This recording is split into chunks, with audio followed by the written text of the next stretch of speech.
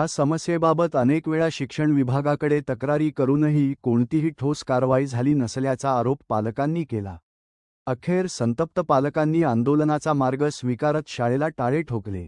काल विद्यार्थ्यांना शाळेच्या ओट्यावर काय नेमकी परिस्थिती आहे इथे, मुलांची काय समस्या आहे? माझं नाव अस्मिता विशाल पाटील, मी इथली स्थानिक नगरसेविका आहे।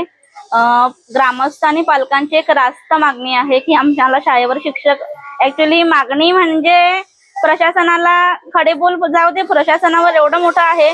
एकीकडे आपण बघतोय की मराठी शाळा जगला पाहिजे, मराठी शाळेचा पट वाढला पाहिजे, याच्यासाठी सरकार आहे ते प्रयत्न करतोय। आणि आमची ग्रामीण भागाची अवस्था अशी झाली आहे की ग्रामीण भागात मुलं आहेत पण शिक्षक नाही आहेत।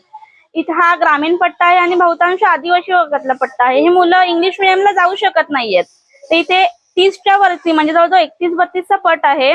मग इथे सध्या तरी 1 ते 1.5 वर्षापासून एकच शिक्षक येतोय आणि इलेक्शनचं काम असल्यामुळे ते शिक्षक त्या कामाला लागले आणि मुलं येतात, खिचडी खातात आणि निघून जातात। असं ग्रामस्थांचं सर्वांचं म्हणणं आहे की येतात पण मुलं काहीही शिकली जात नाहीये। एका शिक्षकावर लोड वाढलेला आहे। दुसरा शिक्षक आहे तो मेडिकलचं कारण सांगून, फिलिप सर म्हणून आहेत, मेडिकलचं कारण सांगून जवळजवळ 1 ते 1.5 वर्ष झालं येतच नाहीयेत।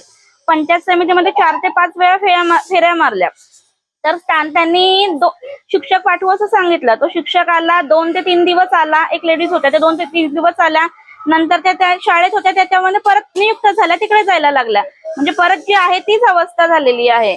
प्रशासनाला 10 वेळा सांगितलं, बीडीओंशी संपर्क साधला, केंद्र प्रमुखांशी साधला, तर ते एकमेकांच्यावर ढकलाढकली करण्याचा प्रयत्न करतात। बीडीओ सांगतात केंद्र प्रमुखांना सांगा, केंद्र प्रमुख सांगतात बीडीओ। आज परत संपर्क साधला, ते सांगतात तुमच्या इथे शिक्षक आहे तो नियुक्त केलेला आहे दुसरा। मग आम्हाला तोच पाहिजे असं नाही, आम्हाला कोणता तरी त्याच्या बदली किंवा तोच असा कोणता तरी आम्हाला शिक्षक तर द्या, अशी आम्हाला त्याच्यासाठी लोकांनी आंदोलनाचा पवित्रा घेतलेला आहे।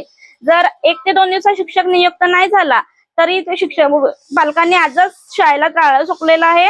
त्यांनी उद्यापासून मुलांना शाळेतही न पाठवण्याचा निर्णय घेतलेला आहे। इथे किती वर्ग चालतात आणि